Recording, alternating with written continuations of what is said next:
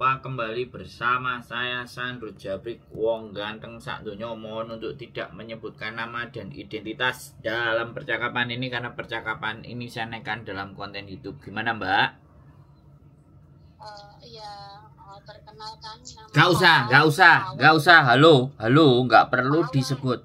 Nggak perlu disebut namanya sampean, tidak perlu disebutkan. Wes, silakan cerita aja masalahnya bagaimana. Tapi nanti kalau seandainya di-upload di YouTube, suaraku diganti aja ya Mas, nanti diedit. Ya kalau kayak gitu ya mending nggak usah ngomong Mbak. Kenapa saya harus ribet gitu loh? Yang perlu kan sampean. Iya, maksudnya begini lek niteni suaraku.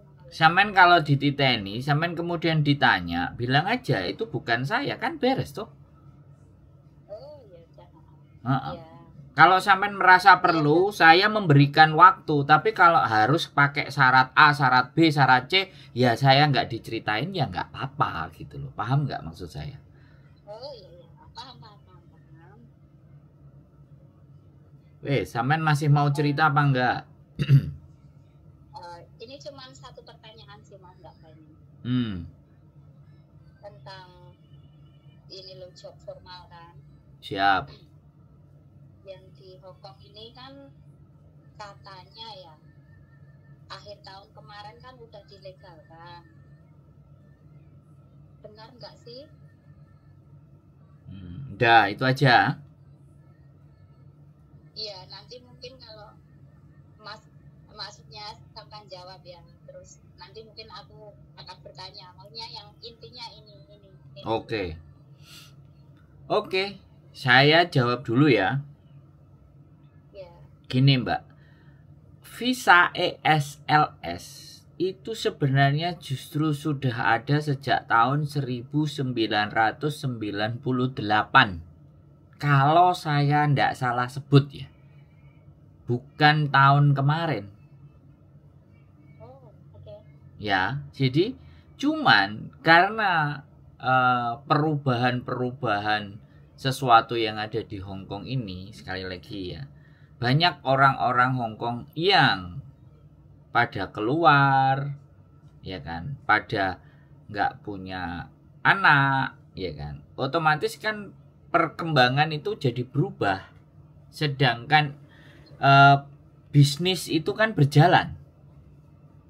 Nah, sekarang kalau bisnisnya jalan, terus sumber daya manusianya nggak ada. Penduduk Hongkong kalau nggak salah ya, kalau sekali lagi kalau salah mohon dikoreksi atau apapun ya, karena saya hanya memprediksi itu sekitar cuma 7 juta lebih sedikit, nggak sampai banyak penduduk Hongkong. Nah, dengan jumlah lapangan pekerjaan yang jauh lebih banyak karena negara modern, maju, perdagangan, sehingga membutuhkan banyak pekerja dari luar, makalah dibuka visa ESLS.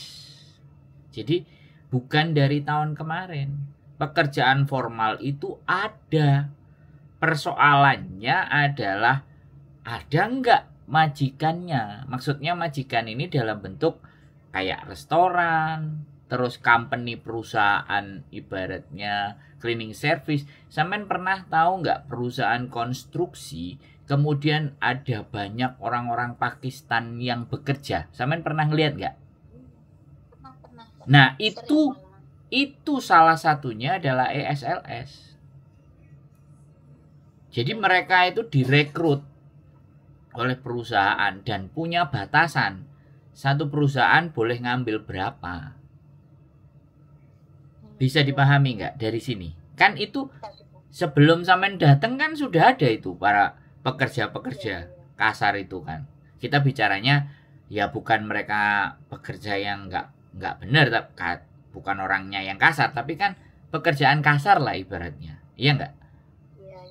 Kan terus akhir-akhir ini juga kalau sampean melihat ya 5-6 tahunan yang lalu atau apapun itulah, kalau yang pekerja misalnya masang-masang bambu, ya kan, atau bikin bangunan apa, itu kan kadang-kadang bahasanya kan bahasa Thai loh, bahasa daerah. Sampean pernah ngeliat nggak? Sampean pernah dengar nggak? Kalau bambunya yang di bangunan pernah Nah, kan berarti sebenarnya visa itu kan ada gitu loh Mbak. Bisa dipahami nggak? Iya, iya, iya. Cuman kitanya yang tidak tahu kan gitu aja. Wes, sekarang gimana? Sampean mau gimana? Nah, kalau untuk Indonesia ini, maksudnya Indonesia katanya aku dengar sih ISLS-nya itu apa kalau untuk job formal untuk orang Indonesia baru akhir tahun ini gitu loh. Nah, ini yang aku dengar sih ya dari agent salah satu agent ya. Nah, terus adalah ini juga temanku itu masuk ke agent itu. Nah, tanya-tanya lah pokoknya tentang job formal ini. Siap. Ya, ternyata emang ada. Terus katanya sih agent itu bisa bantu dia di job formal, tapi dengan pembayaran 10.000 before interview. Nah, How about that? Oke. Terus yang sampean mau pertanyakan bagaimana dan seperti apa? Itu gimana ya? Kok kita interview tapi disuruh bayar dulu? Ya kalau kompani atau majikan kita cocok, ya kan? Terus kalau nggak cocok, apakah ini harus interview terus sampai kapan gitu loh? Sampai cocok dan nggak tahu sampai berapa lama harus nunggunya gitu kan? Dan 8.000 setelah bisa turun, ya kan? Tapi kebanyakan belum turun pun juga harus bayar lunas. Itu 18.000 itu harus lunas. Bagaimana ini menurut sampean? Oke, saya jawab ya. Kemarin teman sampean ada yang bertanya juga sama saya. Ya nggak tahu ini mungkin temennya sampean atau sama pertanyaannya persis kayak sampean. Jadi saya tahu agent itu. Ya, yang sampean maksud saya tahu. Ya sudah banyak rumor bahkan yang bertanya kepada saya tapi belum sempat bayar itu ada juga. Aku nggak tahu sampean sudah bayar apa enggak, tapi saya nggak mau berpikir itulah. Tapi saya mencoba menjelaskan sesuai dengan pandangan dan gambaran saya tentang situasi yang seperti ini, seperti itu. Jadi kalau saya bercerita sama sampean, logika ya di seluruh dunia manapun logika kita cari kerja itu kan supaya dibayar. Benar nggak saya ngomong? Bukan membayar.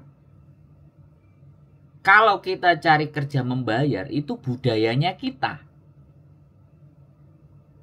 Dan kalau di sini ada agent yang seperti itu, minta bayaran di awal, itu pasti budayanya orang kita, masyarakat Konoha. Bisa dipahami maksud saya? Ya, itu sampean pikir logika dulu. Makanya kita harus berpikir kritis biar sampean tidak selalu berdasarkan katanya. Ini bahaya. Kehidupan itu kalau berdasarkan katanya, ya harus cari tahu sendiri.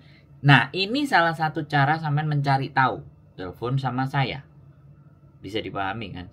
Makanya dari kemarin, aku kok kelihatannya sampai nyentil aku. Sekarang tak gas sekalian, tak jelasin sama sampean. Nah, ya kan? Aku nggak ngerti, tapi it's okay, nggak apa-apa. Bagi saya bukan sebuah persoalan yang terlalu berat itu. Kayak gitu udah saya biasa dibegitukan. Cuman saya sampaikan ke sampean. Yang pertama adalah setiap kita mau cari kerja itu kalau bisa kita dibayar, bukan kita membayar. Kalau toh pun nantinya membayar, kan proses domestic helper itu yang benar.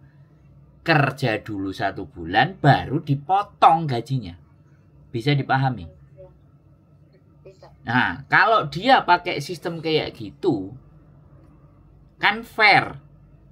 Ya, lah kalau dia minta di depan kerja aja belum, iki rumusnya sopo mbak? Pertanyaan saya. Rumusnya calo apa rumusnya makelar? Bisa saya boleh bilang seperti itu mbak? Nah, Nggak tahu ini ah, gimana juga manggilnya. enggak, saya tanya sama Samen, Samen dalam hidup ngerti calo, ngerti makelar enggak gitu loh maksud saya. Tahu. Lah iya, kalau dia minta duit di depan, sedangkan kerjaannya aja belum jelas, logika Samen berpikir gimana kira-kira? Saya tanya. Tak mikir Samen. Kecuali Samen gak iso mikir. Nggak masuk akal juga. Nah, Maksudnya ya benar. Kok bayar dhisik ngono ya. lah, makanya logika kita harus dipakai gitu. Ini. Ya.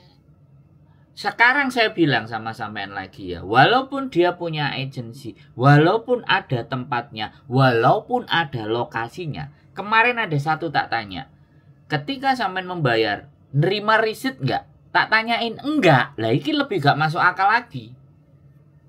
Ini Hong Kong men, jangan dibuat main-main. Ini saya jelasin sama sampean lo ya. Kalau agennya itu denger ya syukurlah, biar dia segera mikir mau kabur apa mau apa terserah. Jadi aku kan nggak nyebut nama agennya dan nama manusianya kan nggak tak sebut, identitasnya kan nggak ada. Di sini cuman bicaranya adalah agen. Saya ngomong sama sampean di Hong Kong beli permen aja ada resitnya kan. Yes. Nah kalau itu orang bayar terus nggak terima resit, hukum Hong Kong itu semua harus ada buktinya. Terus kita memperkarakannya gimana? Nah, itu yang kedua, pemahaman kita. Sekalian biar ditonton sama yang lain semuanya, biar mereka semakin sadar, semakin paham, semakin ngerti. Itu pun kalau nonton konten saya. Kalau enggak, ya wis. Itu kan bukan tanggung jawab saya. Tapi saya sudah membuat. Karena sampai mewakili orang yang bertanya. Dan sudah 2. Aku nggak ngerti, tapi belakangan ini makin rame 2. Tapi yang sebelum-sebelumnya mereka mau masuk, telepon saya dulu. Jadi kalau mau masuk, telepon saya dulu. Membuat mereka jadi berpikir, silahkan. Yang penting memang harus berpikir. Nah, itu. Terus berikutnya lagi saya ngomong. Kalau semuanya sudah serba janggal, orang bisnis investasi itu kan ya juga ada. Ada kantornya semuanya. Semua sudah bayar, des. Sudah terkumpul semua terus dia lari. Terus piye nek niku? Banyak banget teman-teman ini yang tergiur dengan iming-iming. Dia hanya sewa tempat, sekali bayar enek sing daftar 10 ewuan wis 100.000 tiga bayar saulan standby, 2 bulan standby, 3 bulan standby lah. Terus ya saya nggak ngerti antara agen itu benar atau tidak. Itu saya tidak boleh menjudge atau menghakimi. Ya saya ngomong kayak gitu ya, saya disclaimer. Antara dia benar atau tidak itu saya tidak punya hak. Tetapi logika kita berpikir, kerja itu cari uang, kenapa kok harus bayar? Terus kalau yang sudah bayar, kenapa nggak dikasih resit? Ini kan sebuah pertanyaan. Bisa dipahami sampean? Nah, itu yang sampean harus lebih waspada. Wes, sekarang sampean lanjut, mau bertanya apa lagi? Apa ya, buyar nih jadinya. Kenapa? Buyar maunya banyak sebenarnya, mau telepon sampan itu mau di list dulu apa pertanyaannya gitu kan. Terus? Tapi tadi sibuk, yang tadi sibuk, sekarang buyar mau apa yang ditanyakan lagi. Lah, piye wong wingi nantang kok nggak direspon. Nah, saiki begitu tak jelasin kok buyar. Piye ceritane? Wes detail banget sampan itu, wes detail banget. Loh. Lah iya, aku kan bikin konten supaya teman-teman itu berpikir. Bukan saya yang benar, bukan omongan saya yang benar, tapi ayo mikir, bareng-bareng kita diskusi.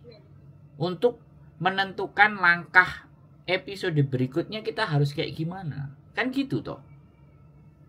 Ya. Iya kan? Sebenarnya tadi udah kan majikan kan ini juga tadi ngobrol sama aku, dia kan juga tahu tentang hukum-hukum kayak gini kan. Tadi dia udah ngasih tahu link letter juga. Terus okay, don't be stupid please, you must be smart. Itu majikan sampean loh ya, bukan saya loh ya. Aku nggak pernah mau ngomong kayak gitu ya. Oke lanjut. Ya ngomong kayak gitu kan. Terus setelah itu aku coba linknya kan. ternyata di situ ada juga pengaduan gitu kayak kalau ada agent yang apa gitu bisa diaduin ya banyak. Tapi kayaknya juga majikan tadi udah jelasin banyak juga, sampan juga banyak banget ya, bisa dimengerti juga. Jadi ya, kayaknya cukup itu deh. Sekarang tak lanjutin lagi sedikit ya, mumpung kadung wis tanggung nek aku ngomong sak cret mending tak bablasno. Jadi gini, kalau sampean sudah terlanjur, nah ini kemarin saya juga bikin konten, nggak apa-apa nanti tak upload 2 dengan tema yang sama pastinya, tapi dengan manusia yang berbeda. It's okay. Yang berikutnya ini adalah sekali lagi ya, kalau sampean sudah terlanjur, saya nggak mau praduga bersalah dan tidak bersalah, dan saya nggak mau nyalain orang. Kalau sudah terlanjur, yang harus sampean lakukan yang pertama adalah sampean bisa lapor ke labor ya, dengan bentuk bukti atau apapun, atau semua yang sudah sampean pegang, yang sampean ketahui ya, cuman aduan saja nggak apa-apa, mereka biar menginvestigasi ya kan, minimalnya dari laporannya sampean diinvestigasi. Karena Hongkong ini kan tipikalnya adalah kalau ada orang dauso baru dicek ya, kalau ada orang yang lapor baru mereka bertindak. Satu. Terus yang kedua, sampean boleh juga lapor ke KJRI kalau sampean mau labor lebih bagus. Kalau nggak bisa ya lapor ke KJRI ya. Tapi kalau sampean merasa nggak perlu lapor karena memang sampean belum melakukan itu, it's okay, itu jauh lebih bagus. Berarti sampean bukan jadi bagian korban ya. Artinya itu harapan saya, syukur-syukur enggak ya kan. Kalau misalnya sampean sudah jadi bagian itu, ya itu tadi yang saya kasih tahu, silahkan. Nah seperti itu. Wis, itu penjelasan dari saya. Visa ESLS itu lengkap, komplit, ada linknya, ada semuanya. Tata aturan yang harus dipenuhi oleh perusahaan juga ada di situ. Terus apa yang dikerjakan, gajinya sampai berapa, bagaimana, di dalam kontraknya juga ada. Kontraknya biasanya warnanya kalau nggak pink ya orange, ada. Wis, kalau sampean bertanya pekerjaan itu ada tidak, itu sudah sejak tahun 98. Karena kemajuan Hongkong begitu pesat, butuh tenaga yang notabene-nya tidak cukup dipenuhi hanya dengan orang Hongkong, tapi biasanya diutamakan dulu ke Hongkong. Kalau nggak ada baru diambilkan dari luar. Itu kebijakannya pemerintah Hongkong. Wis, itu dari saya. Kira-kira masih ada yang mengganjal di hati atau ada yang perlu sampean tanyakan? Monggo. Sudah cukup jelas. Sudah gamblang ya, sudah clear ya. Ya wis. Ya, sekali lagi ya wis, terima kasih. Mudah-mudahan nanti bisa kita share di mana teman-teman dan semuanya orang bisa tahu dan bisa paham, bisa mendudukkan situasi dan keadaan ini. Oke? Oke, Mas. Makasih ya. Yes, sehat selalu. Matur sembah nuwun. Assalamualaikum warahmatullahi wabarakatuh.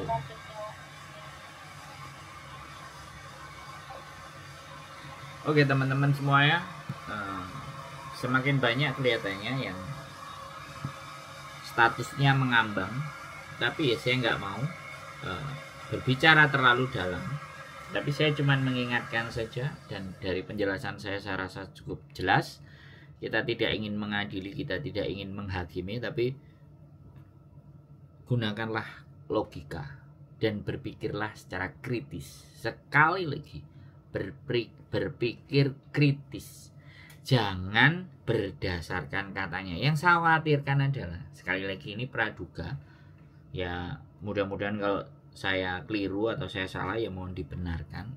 Ada maklarnya, ada salesnya, ada yang cari orang. Nah sekali lagi, ini bermainnya nggak cuman sendiri. Ini bermainnya adalah berkelompok atau bergerombol. Ya wis, aku tetap tidak punya kuasa atas keputusan apapun di dalam diri kalian. Yang jelas saya hanya punya daya nalar dan daya pikir, dan saya ingin mengajak kalian semuanya untuk berpikir dalam memutuskan sesuatu. Karena kalau kalian tanya keluarga, tanya suami, masalah atau repot, mesti ujung-ujungnya pulang. Ya, pulang. Ya. Sekali lagi itu saja penjelasan, mudah-mudahan teman-teman semakin paham, semakin pinter, dan semakin mengerti. Tetap semangat, keep stay tune YouTube channel, and see you next video. Bye bye.